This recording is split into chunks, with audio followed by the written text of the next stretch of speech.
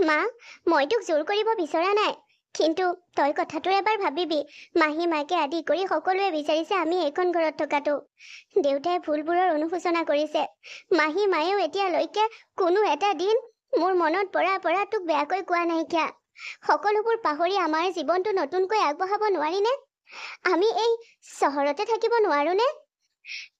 তোক গাঁৱত থৈ মই ইয়াত চাকৰি কৰিবলগীয়া যাতে নহয়। যদিও মই চাকৰি কৰিবলগীয়া হয় তোক গাঁৱত এৰি, তেন্তে মই চাকৰিয়ে এৰি দিম। মা, নাই অ' মাজনী, তই চাকৰি এৰিব নোৱাৰ। সেইটো তোৰ সপোন আছিল, নিজস্ব কিবা এটা কৰাৰ, আৰু এতিয়া ইমান এটা ভাল সুবিধা পোৱাৰ পিছত কিয় এৰি দিবি? কথা হ'ল মই গাঁৱত থাকিলে তই ইয়াত থাকিব নোৱাৰাটো একো নহয় অ' মাজনী। মই কিয় নোৱাৰিম গাঁৱত থাকিব? তই পাহৰি গৈছ চাগে তোৰ নিজৰ ভাইৰেই তোৰ শত্ৰু। মা, নোৱাৰ তই গাঁৱত অকলে থাকিব।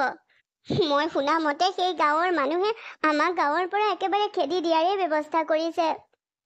আমি ভুল কৰিলো ক'ত? তই মাথো ল'ৰাজনৰ লগত বিয়া ভাঙিলি, সেইটো তোৰ ভুল হ'ল নে? হ'ব, তই যদি বিচাৰিছ মই সকলোবোৰ পাহৰি নতুনকৈ জীৱনটো আগবাঢ়ো তোৰ দেউতাৰ আৰু মোৰ সতিনীৰ লগত, তেন্তে মোৰ কোনো আপত্তি নাই অ' মাজনী। মা, একেখন ঘৰত নিজৰ স্বামীৰ আন এজনী পত্নী থাকিব, আৰু সেয়া দেখি শুনি তই একেখন ঘৰত থাকিবলৈ কষ্ট পাবি অ'। নালাগে দে, আমি ভাড়া ঘৰতে থাকিম। নাই অ' মাজনী, কষ্ট যি দিনা পাবলগীয়া আছিল সেই দিনাই পালো। যেতিয়াই কষ্ট পাবলগীয়া আছিল তেতিয়াই পালো, যেতিয়া প্ৰথম জানিছিলো এই সম্পৰ্কটোৰ কথা। এতিয়া আৰু সেইবোৰে মোৰ মনত কষ্ট দিব নোৱাৰে। এতিয়া আৰু মই তোৰ দেউতা আৰু তোৰ মাহী মাৰক একেলগে দেখিলে বুকুত দুখ নকৰো। তই সেইবোৰ চিন্তা কৰিব নালাগে। মোৰ জীৱনৰ তইহে সকলোবোৰ, তোৰ বাহিৰে আন কোনো নাই অ' মোৰ জীৱনত। বাইদেউ, অ' কোৱা। মই আৰু আমাৰ মানুহজনে কৰা ভুলৰ বাবে আমাক ক্ষমা কৰি দিয়ক। সকলোবোৰ পাহৰি জীৱনটো নতুনকৈ আগবাঢ়ক। আপুনি আৰু ডিম্পী আমাৰ ঘৰতে থাকক। সেইখনটো অকল মোৰ আৰু তেখেতৰ ঘৰ নহয়, আপোনালোকৰ ঘৰ। অধিকাৰ বিচাৰো বুলিলে আপোনালোকে বহুত অধিকাৰ এইখন ঘৰত বিচাৰিব পাৰিলে হয়, কিন্তু এতিয়ালৈকে আপুনি একো কৰা নাই। মই বিচাৰিছো ডিম্পী আৰু আপুনি ইয়াত থাকক। শত বছৰে আপোনাক এইখন ঘৰলৈ মই আনিব নোৱাৰিলো। ডিম্পীৰ বাবে আপুনি এইখন ঘৰলৈ আহিছে, আৰু এতিয়াৰ পৰা আমি একেলগে থাকিব বিচাৰিছো। আপোনাৰ যদি অলপো আপত্তি নাই তেন্তে ইয়াতে থাককচোন, আমি এখন ঘৰ হৈ থাকো। এখন ঘৰ হৈ থকাৰ, এখন ঘৰ পতাৰ সপোন ময়ো দেখিছিলো, কিন্তু মোৰ সপোনবোৰ মাজতে ভাগি গ'ল। এতিয়া আৰু মোৰ ছোৱালীজনীৰ বাহিৰে আন একো সপোন নাই। তাই বিচাৰিছে মই ইয়াত থকাটো। ঠিক আছে, মই থাকিম। মা, তোৰ ইচ্ছাৰ অবিহনে ইয়াত থাকিব নালাগে। মই তোক জোৰ নকৰো মা। মই কৈছোচোন মাজনী, তয়েই মোৰ সপোন আৰু তয়েই মোৰ দিঠক। তোৰ বাবে সকলোবোৰ ত্যাগ কৰিবলৈ সাজু আছো মই। অ' তই আমাৰ পিছে পিছে তয়ো চহৰ পালিহি। বাকী কচোন, তই কেনেকৈ চহৰ আহিলি? তোৰ দেউতাই আনিলে চাগে। অ' তোৰতো বিয়া হৈছিলে সেইদিনা, বিয়া ভাগিল হবলা। বিয়া হবলা ভাগিল? তোৰ নিচিনা এজনী চৰিত্ৰহীনা দুষ্ট ছোৱালী কোনে বিয়া পাতিব? আমি তোৰ ফ্ৰেণ্ডবোৰেই তোৰ লগত নাথাকিলো, এতিয়া আৰু তোক বিয়া পাতিবলৈ কোনোবা আগবাঢ়ি আহিবনে? ভাল হ'ল সেই ল'ৰাটোৰ যে জীৱন বাচিল। জুৰি, তই এগৰাকী নাৰী হৈ অন্য এগৰাকী নাৰী কেনেকৈ ক'বলৈ লাজ পাব লাগিছিল। তোৰ লাজ লাগিব লাগিছিল তোৰ শৈশৱৰ বান্ধৱীক এইদৰে আঙুলি টোৱাবলৈ। তই মোৰ বিষয়ে প্ৰতিটো কথাই জানিছিলি, তাৰ পিছতো তই মোলৈ এইদৰে আঙুলি টোৱাইছ। আৰু মই যদি কওঁ তই চহৰত কি কৰি আছ সকলোবোৰ মই জানো বুলি, তেতিয়া তই কি উত্তৰ দিবি? ঐ ছোৱালী, তই চহৰলৈ আজি আহিছ, বেছি দম নেদেখাবি। এদিন দুদিনৰ আলহী হৈ আহিছ আৰু গুচি যাবি, ইয়াত নিজস্বতা নেদেখুৱাবি। তয়ো হবলা এই চহৰত আলহী নহয়, পাৰ্মানেণ্টকৈ থাকিম বুলি ভাবিছ নেকি? অ' ভাবিছো, এই চহৰৰ সকলোতকৈ ধনী বিজনেছমেনজনৰ পুতেকৰ লগত মোৰ বিয়া হ'ব। তেতিয়াতো মই ইয়াত একেবাৰে থাকি যাম। সি মোক ভাল পায়। অ', সি তোক ভাল পায় নে তই তাক ভাল পাৱ? তই কি ক'ব বিচাৰিছ? মোক তই এইটো ক, তই বাৰু নিপম চলিহাৰ কথাই কোৱা নাই জানো? নিপম চলিহা? অ', মই নিপম চলিহাৰ কথা কৈছো। তই কেনেকৈ জানিলি যে নিপম চলিহা সেই ল'ৰাজনৰ নাম? মোক কালি নিপম চলিহাই লগ পাইছিল। মানে মই অফিচলৈ যাওঁতে নিপম চলিহা নামৰ এজন মানুহক ৰাস্তাতে লগ পালোঁ। মইতো অটোত গৈছিলোঁ, কিন্তু সেই মানুহজনে মোক তেখেতৰ কাৰতে লৈ গ'ল। মানে তেখেতৰ অফিচ আৰু মোৰ অফিচ ওচৰা ওচৰি। ঐ, সি নিজৰ কোম্পানীত চাকৰি কৰে। মই জানো। আৰু সি তোক মোৰ কথা কি কৈছে? মোৰ ঘৰ গাঁৱত বুলি ক'লো। তেতিয়া ল'ৰাজনে ক'লে, গাঁৱৰ ক'ত ঘৰ, কোনখন গাঁৱত? মই মোৰ ডিটেইলছ ক'লো। আৰু তেতিয়াই ক'লে, তোমালোকৰ গাঁৱৰ এজনী ছোৱালী মোৰ পিছে পিছে ঘূৰি ফুৰিছে। বৰ ছোৱালীজনী।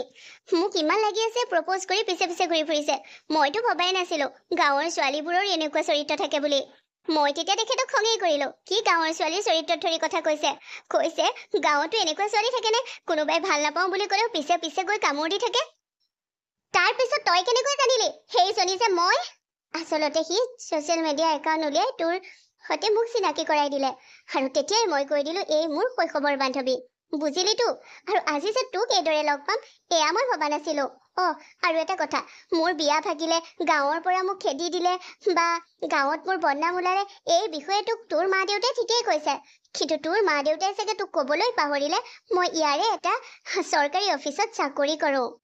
জানো, মোক কৈছিল মোৰ মায়ে। চাকৰি পালি বুলি নিজকে বৰ ওপৰৰ মাল বুলি নাভাবিবি।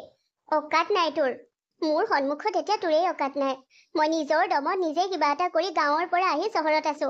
তই তোৰ মা দেউতাৰ পইচাৰে চহৰত এনজয় কৰিছ। আৰু কিমান পঢ়াত আগবাঢ়ি গৈছ সেই বিষয়ে জানিছো দে। চুপ থাক তই। বেছি ওপৰত কথা নকবি কিন্তু দে, কৈ দিছো ডিম্পী। ঠিক আছে, মই চুপ থাকিম। কিন্তু মনত ৰাখিবি, দ্বিতীয় দিন মোক চৰিত্ৰহীনা বুলি ক'লে কথা বেয়া হ'ব। তোৰ নিচিনা এজনীৰ লগত কথা পতাটোৱেই ভুল। উভতি গ'লি কিয়? মইতো মোৰ স্থানলৈ ঠিকেই আহিছো। তইচোন মোক ৰাস্তাত পাই উভতি যাবলগীয়া হ'ল। যদি তোৰ দম আছে, তই নিজৰ গন্তব্যস্থানলৈ নাযাৱ কিয়? মনত ৰাখিবি ডিম্পী, মই তোতকৈ বহুত ওপৰত। তহঁতৰ লগত ওপৰ তল, উচ্চ নিচ্চ সেইবোৰ বিচাৰ কৰিব মই কেতিয়াও বিচৰা নাছিলো জুৰি। কাৰণ তহঁত মোৰ প্ৰিয় বান্ধৱী আছিলি। কিন্তু তহঁতে মোক এনেকুৱাকৈ এৰি থৈ আহিলি যে মই বহুত বেছি আঘাত পালোঁ। তহঁতে মোক এক প্ৰকাৰে বুকুতে গোৰ মাৰি থৈ আহিলি। জানিছিলি মোৰ প্ৰতিটো কথা, বুজিছিলি মোৰ কথাবোৰ। কিন্তু সময়ৰ লগে লগে তহঁতে মোক নুবুজা হলি। তহঁতে মোক জীয়াই জীয়াই মাৰি থৈ গুচি আহিলি। প্ৰিয় বান্ধৱী, এই শব্দটো মোৰ বাবে এটা ৰহস্যময় শব্দ। য'ত মোৰ প্ৰিয় বান্ধৱী বুলি ভবা, প্ৰিয় বান্ধৱী বুলি মোক দাবী কৰা দুজনীয়ে মোক প্ৰতাৰণা কৰি থৈ আহিলে। জুৰি, নিহাৰিকা আৰু অনুপম। তহঁত মোৰ জীৱনৰ এটা গুৰুত্বপূৰ্ণ স্থান লৈ আছিলি মোৰ হৃদয়ত। কিন্তু তহঁতে মোক এনেকুৱাকৈ প্ৰতাৰণা কৰি থৈ আহিলি যে মই এতিয়া তহঁতক কিবা এটা ক'লেও মোৰ বুকুখন নকপে। যিমান দুখ পাবলগীয়া আছিল, যিমান কষ্ট পাবলগীয়া আছিল, এইখিনি পালোঁ। এতিয়া আৰু নহ'ব। জানো অনুপম, তোক আগতে মই ডিম্পীৰ লগত একেবাৰে সহ্য কৰিব নোৱাৰো। তই ডিম্পীক ভাল পাৱ, তই ডিম্পীৰ লগত থাক, এইবোৰ মোৰ একেবাৰে সহ্য নহয়। মই তোক সৰুৰ পৰাই ভাল পাওঁ। আৰু এই চহৰত আহি তই এইবোৰ কি কৰিছিলি? যদি মোক সৰুৰ পৰাই তই ভাল পাৱ, তেতিয়াহ'লে চহৰত আহি ইটো সিটো ল'ৰাৰ প্ৰেমত পৰি এনেই নিজৰ বদনাম আনিলি কিয়? তোক যে নাপালো, সেইবাবে এই ভাল পোৱা, প্ৰেম প্ৰীতি এইবোৰ জেঠ হিচাপে ললো। আৰু সেইবাবে মই ইটো সিটোক ভাল পাই নিজকে বদনামী কৰি দিলো। কিন্তু কি হ'ল, মই বদনামী হলো? মোৰ বদনাম এই চহৰত ওলাইছে, গাঁৱততো ওলোৱা নাই। গাঁৱততো মোক কোনেও ডিম্পীৰ দৰে বুলি নাভাবে। ডিম্পীৰ দৰে এজনী দুষ্ট ছোৱালী বুলিতো গাঁৱত কোনেও নাভাবে। তই জানো, ডিম্পী বেয়া ছোৱালী নহয়, কিন্তু তাইক ফচালে। তাই ভুল নথকাকৈ গাঁৱৰ মানুহে তাইয়ে ভুল ধৰে, মাথো তাই সেই সৌন্দৰ্যতাৰ বাবে। গাঁওখনত সকলোতকৈ বেছি তাই ধুনীয়া। আৰু যাৰ যাৰ ঘৰত ছোৱালী আছে, তাৰ ঘৰৰ মাক দেউতাকবোৰতো জ্বলিবই যে এজনী ইমান ধুনীয়া ছোৱালী গাঁওখনত আছে। আৰু গাঁৱলৈ ভাল ভাল দৰাবোৰতো তাইলৈ আহিব বুলি মাক দেউতাকবোৰ জ্বলাটো স্বাভাৱিক কথা। হয়তো সেইবাবে গাঁৱৰ মানুহে উঠি পৰি লাগিল তাইক বদনাম আনিবলৈ, এজনী দুষ্ট চৰিত্ৰহীনা ছোৱালী বুলি ক'বলৈ। কিন্তু তাই এনেই ফচি গ'ল। অনুপম, এতিয়া তই মোক ভাল পাৱ নে তোৰ অন্তৰত এতিয়াও ডিম্পী আছে? কৈ দে। যদি এতিয়াও তই অন্তৰত ডিম্পীক ৰাখিছ, তেন্তে আমি ৰিলেশ্যনত আৰু নাথাকো। মই তোৰ লগত ৰিলেশ্যনত সেইদিনাই আহিছিলো যিদিনা শুনিছিলো ডিম্পীৰ বেলেগ এটা ল'ৰাৰ লগত বিয়া ফিক্স হৈছে। তাৰ আগলৈকে মোৰ মনত ডিম্পী আছিল নিহা। মই ডিম্পীক বহুত বেছি ভাল পাইছিলো। মা দেউতাৰ চৰ্ত মানি, মা দেউতাক বাচি মই ডিম্পীক এৰি এই চহৰলৈ গুচি আহিলো। কিন্তু ডিম্পিয়ে মোৰ ভাল পোৱাৰ মান দিব নাজানিলে। তাই মই কি চহৰলৈ আহিলো, গাঁৱত বিয়া ফিক্স কৰিয়েই দিলে।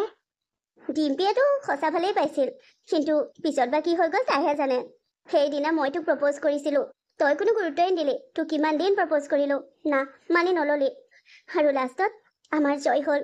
তই মোক ভাল পাওঁ বুলি ক'লি, কিন্তু মনৰ পৰা যে তই মোক ভাল পাইছ সেইটো মোৰ অনুভৱ নহয়। তই অকল ডিম্পিৰ কথাকে উলিয়াই থাক আমাৰ মাজত। মনৰ পৰা ভাল পোৱা, মুখৰ পৰা ভাল পোৱা এইবোৰ মই নাজানো। মাথো এতিয়া ডিম্পিৰ জীৱনলৈ মই ঘূৰি নাযাওঁ। ডিম্পি বিয়া ভাগিল কি হয়, তাই কেনেকৈ বৰবাদ হয় হৈ যাওক, মোৰ কোনো প্ৰয়োজন নাই। মই তোক ভাল পাওঁ এতিয়া নিহাৰিকা। আৰু মই তোক পাবলৈকে মোৰ দাদাকো লগাই দিছিলো ডিম্পিক ইউজ কৰি এৰি দিবলৈ। কি তোৰ দাদাই যে ডিম্পিক প্ৰপ'জ কৰিছিলে এইবোৰ অভিনয় আছিল, আৰু এই বিষয়ে তই জানিছিলি? দাদাই মোক কেইবাদিনো কৈছিল যে তাৰ ডিম্পিক ভাল লাগে, আৰু মই সেই কথাৰে সুবিধা ললো। মই ভাবিলো মোৰ দাদাই যদি ডিম্পিক ভাল পায় তেতিয়া মই তোৰ লগত ৰিলেশ্যনত আহিব পাৰিম। আৰু মোৰ দাদাই ক'লে যে তাইক মই ভাল পালেও আমাৰ ঘৰৰ বোৱাৰী হ'ব তাই নোৱাৰিব, কাৰণ গাঁৱৰ মানুহেতো তাই বদনামেই গাই ফুৰে। তেতিয়া মই ক'লো তাইক ইউজ কৰিম দে। কিন্তু ডিম্পিয়ে তোক একেবাৰে বৰ ভাল পায়। তাই ৰিলেশ্যনত নাহিলেই মোৰ দাদাৰ। কিন্তু কি হ'ল, এতিয়াতো তাইয়ে হাৰ মানিল, জিকিলো মই। তই জিকা নাই নিহাৰিকা। ডিম্পি তই জিকা নাই নিহাৰিকা। আৰু অনুপম, তোক কিন্তু মানিছো মই। তই যিমানখিনি দুখ মোৰ ওপৰত জাপি দিছ, এবাৰ যদি ভাবি চালিহেঁতেন তই মোৰ লগত কি অন্যায় কৰি থৈ আহিলি, তেতিয়া তই উত্তৰটো বিচাৰি পালি হয়। সেইটো সঁচা যে তই তোৰ মা দেউতাৰ বাবে মোক এৰি গুচি আহিলি, ঠিক আছে, মোৰ কোনো আপত্তি নাই।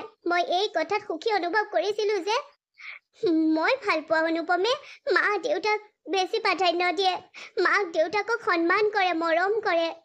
মাক দেউতাক সকলো সন্তানৰ বাবে ভগৱানৰ দৰে হ'ব লাগে। আৰু তই মোক এৰি মা দেউতাক গ্ৰহণ কৰাৰ বাবে মই সুখী হৈছিলো, কিন্তু আজি প্ৰমাণ পালো যে তই আচলতে কি হা? মই আচলতে কি? তই কাৰোবাৰ লগত বিয়া হ'ব পাৰ, মই কাৰোবাক ভাল পাব নোৱাৰো, আৰু তই ইয়াত আমাৰ কথাবোৰ শুনিবলৈ ইয়ালৈ তই কেনেকৈ আহিলি? সেইবোৰ কি? আমি গাঁৱতো নাই, আমি চহৰত আছো, আৰু তই আহি ইয়াত এইখন পাৰ্কত এইবোৰ কি?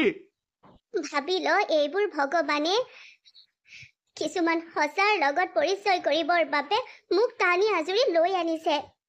ডিম্পি, এতিয়াতো সঁচাবোৰ জানিও একো কৰিব নোৱাৰ। তোৰ বিয়া ভাগিছে, হাৰে বিয়াৰ মণ্ডপত তোক এৰি দৰা পলাই গৈছে তোৰ চৰিত্ৰৰ কাৰণে। আৰু আকৌ তই অনুপমৰ জীৱন ধ্বংস কৰিব নালাগে। সেইবাৰ আহি চহৰ পালিহি। পাহৰিছিলোৱে, মায়ে মোক কৈছিলে তই যে গাঁৱৰ পৰা খেদা খালি। মানে তহঁত খেদা খাবি বুলি কৈছিল। ইমান সোনকালে যে তহঁত গাঁৱৰ পৰা খেদা খাবি সেইটো মই ভবাই নাছিলো। গাঁৱৰ পৰা খেদা খালে? এইবোৰ তই জানিছিলি যদি মোক কিয় কোৱা নাছিলি নিহা? আৰু এই বিয়াও ভাগিল কি মানে? এইবোৰ মই কি শুনিছো ডিম্পি? তই মোৰ খবৰ ইমানেই ৰাখ যে মই কাৰোবাৰ লগত বিয়া হ'ম বুলি খবৰ পালি, আৰু সেইবাবে তই তোৰ মনৰ পৰা মোক আঁতৰাই নিহাৰিকাক আঁকোৱালি ললি। কিন্তু তই এইটো খবৰ ৰখা নাই যে মোৰ বিয়া ভাগিছে। তোৰ বিয়া ভাগিছে সি কি ক'ব লাগে? মোৰ পৰা গুচি যাব লাগে। এতিয়া তোৰ নালাগে, ভগৱানেও নোৱাৰে অনুপমক মোৰ পৰা নিব। লাজ লগা নাই? লোকৰ বয়ফ্ৰেণ্ডক ল'ব আহিছ? লাজ তোৰ লাগিব লাগিছিল। চলে বলে কৌশলে তই মোৰ বয়ফ্ৰেণ্ডটো তোৰ নিজৰ কৰি লৈছ। কিন্তু একো নাই দে, যিজনে মোক সঁচা ভাল পাইছিল তেওঁৱেই এতিয়া মোৰ লগত নাই। মিছাতেনো মোৰ শব্দটোৰ ব্যৱহাৰ কৰি অপমান কৰো কিয়?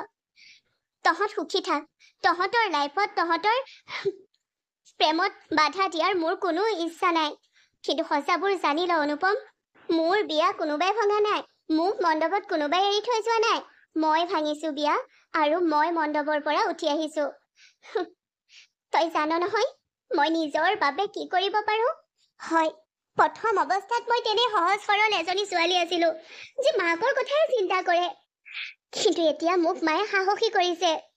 যেতিয়া তই মোক প্ৰেৰণা দিছিলি, তই মোক সাহস দিছিলি জীৱন জীয়াবলৈ, তেতিয়া মই নিজকে সাহসী কৰিব পৰা নাছিলো। তই এৰি থৈ অহাৰ পৰা মায়ে মোক সাহসী কৰিলে, আৰু মায়ে দিয়া সাহসত আজি মই সাহসী। আৰু যি মোৰ মাৰ সম্পত্তি, যি মোৰ মাৰ মাটিত চকু দি মোক বিয়া পাতিবলৈ অভিনয় কৰিব, তাক মণ্ডপত এৰি থৈ আহিবলৈ মোৰ চিন্তা নালাগে। কথা হ'ল গাঁৱৰ মানুহে মোক এৰি দিয়াটো বা মোক খেদি দিয়াটো। গাঁৱৰ মানুহে গাঁৱৰ পৰা মোক খেদি দিয়াৰ কোনো অকাত নাই। কিয় ক'লো জাননে নিহাৰিকা? কাৰণ সেইখন গাঁৱত মোৰ পাৰ্মিনেণ্ট অধিকাৰ আছে। সেইখন গাঁৱত মোৰ মাৰ মাটি আছে, সেইখন গাঁৱত মোৰ দেউতাৰ মাটি আছে, সেইখন গাঁৱত মোৰ পৰিচয় আছে, সেইখন গাঁৱত মোৰ নামত মাটি আছে। কোনে পঠাই দিব পাৰিব মোক গাঁৱৰ পৰা? ইচ্ছা কৰি আমি আহিছোঁ গাঁৱৰ পৰা এই চহৰলৈ, কাৰণ এই চহৰৰ এটা চৰকাৰী অফিচত মই চাকৰি কৰোঁ আৰু মোৰ অবিহনে মোৰ মাক গাঁৱত থাকিবলৈ মই দিব নোৱাৰোঁ। কি তই চাকৰিও পালি? আৰে অনুপম, এইজনীৰ কথাবোৰ বাদ দে, ব'ল এতিয়া যাওঁ আমি। ভাল হৈছে দে, তোৰ এইটো সপোন আছিল, তোৰ সপোনবোৰ পূৰ হৈছে, ভাল লাগিছে। তই জান ডিম্পী, তই মোৰ মনত সদায়ে আছিলি, সদায়েই মই তোক ভাল পাই আছিলো। মোৰ এটাই ভুল হ'ল, তোক মই সঁচাবোৰ কৈ নাহিলো, কিন্তু সঁচাবোৰ ক'লে তই দুখ পাবি বুলিয়ে কোৱা নাছিলো। অনুপম, এতিয়া সেইবোৰ কথাৰ কোনো মূল্য নাই, বাদ দে তই এইজনীৰ চলাহীৰ কথাত তই আকৌ ভুলি যাব নালাগে। মোৰ ফালে চা, তই মোৰ ফালে চা অনুপম। তই মোৰ ভাল পোৱা আছিলি, কিন্তু এতিয়া মই নিহাৰিকাক ভাল পাওঁ। এতিয়া মই যেতিয়া ভাগি পৰিছিলো, নিহাই মোক ছাপোৰ্ট কৰিছিল। প্ৰতিটো মুহূৰ্ততে নিহা মোৰ লগত আছে। তই এতিয়া মোৰ জীৱনলৈ উভতি আহিলেও বা তই মোৰ জীৱনত এণ্ট্ৰি কৰিব বিচাৰিলেও মই তোক কেতিয়াও আঁকোৱালি ল'ব নোৱাৰো। শুনিলি নহয় ডিম্পী, এতিয়া যাম মই। তহঁতৰ প্ৰেমৰ মাজত বাধা দিবলৈ মই ইয়ালৈ অহা নাইকিয়া। মই মোৰ লগৰ এজনীৰ লগত ইয়ালৈ আহিছিলো। তাই বয়ফ্ৰেণ্ডৰ লগত মোক চিনাকি কৰি দিবলৈ মাতি আনিছিল। সৌ দূৰৰ পৰাই অনুপমক দেখা পালো। অনুপমক দেখা পাই নাজানো মনটোৱে সহ্য নকৰিলে ওচৰ চাপি আহিবৰ মন গ'ল। ওচৰ চাপি আহি দেখিলো অনুপমৰ লগত তই আছ। আৰু তেতিয়া ভাবিছিলো তহঁত ফ্ৰেণ্ড আকৌ ইয়াত লগ হৈ বহুত কথা পাতি আছ, ফ্ৰেণ্ডশ্বিপ কৰিছ, ফ্ৰেণ্ডশ্বিপৰ কথা পাতিছ। আৰু অলপ দৌৰি ওচৰ চাপি আহিলো। তেতিয়াই শুনা পালো তহঁতৰ কথাখিনি, আৰু বুজিবলৈ একো বাকী নাথাকিল আৰু প্ৰমাণ হৈ গ'ল তহঁত কোন কেনেকুৱা। নিহা, তোক মই বহুত বেছি ভাল পাইছিলো। যিটো সময়ত তই মোক তোৰ কাষত বিচাৰিছিলো, মই তোৰ ওচৰত আছিলো। প্ৰতি মুহূৰ্ততে তোক ছাপোৰ্ট কৰিছিলো, কিন্তু সময়ৰ সোঁতত তই মোক প্ৰতাৰণা কৰি, তই মোক বিশ্বাসঘাতকতা কৰি গুচি আহিলি। আৰু আজি আহি সঁচাবোৰ জানিছো যে তই এগৰাকী ছোৱালী হৈ আন এগৰাকী ছোৱালীক ব্যৱহাৰ কৰিবলৈ মানুহ লগাই দিলি। তই কেনেকৈ পাৰিলি তোৰ দাদাক ক'ব যে মোক ইউজ কৰি এৰি দিবলৈ? তই এজনী ছোৱালী হৈ আন এজনী ছোৱালীৰ বাবে এনেকুৱা চিন্তাধাৰা কৰিব পাৰিছ, আৰু নিজৰ দাদাৰ লগত এনেকৈ কথা পাত? হ'ব, বৰ ডাঙৰ লেকচাৰ দিব নালাগে। তহঁত মা জীয়েৰৰ কথা গোটেই গাঁৱৰ মানুহে জানে।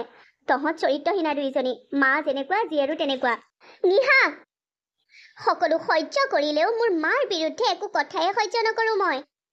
তই কি ভাবিছ তই মোৰ মাক এনেকৈ কবি আৰু মই সহ্য কৰি যাম?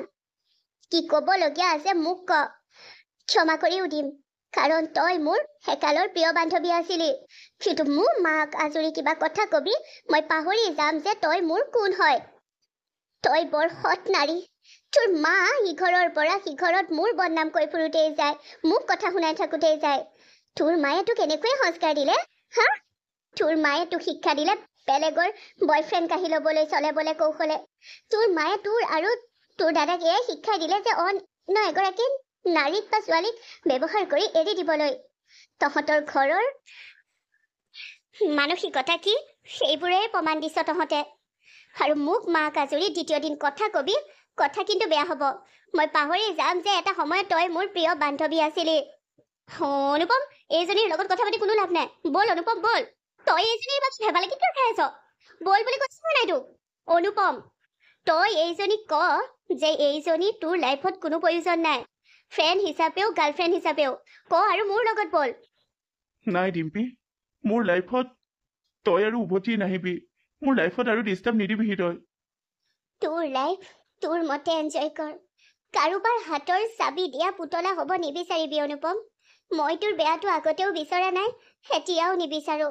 মাথো এটাই কৈছো, নিজৰ নিজস্বতা এৰি নিদিবি, কাৰণ এটা সময়ত তই মোক এইদৰে প্ৰেৰণা দিছিলি, সাহস দিছিলি। এতিয়া মোৰ দায়িত্ব তোক সাহস দিয়া আৰু প্ৰেৰণা দিয়া। যা, নিহাৰিকাই তোক জোৰ কৰি যাব বিচাৰিছে, যা, মোৰ ক'বলগীয়া একো নাই।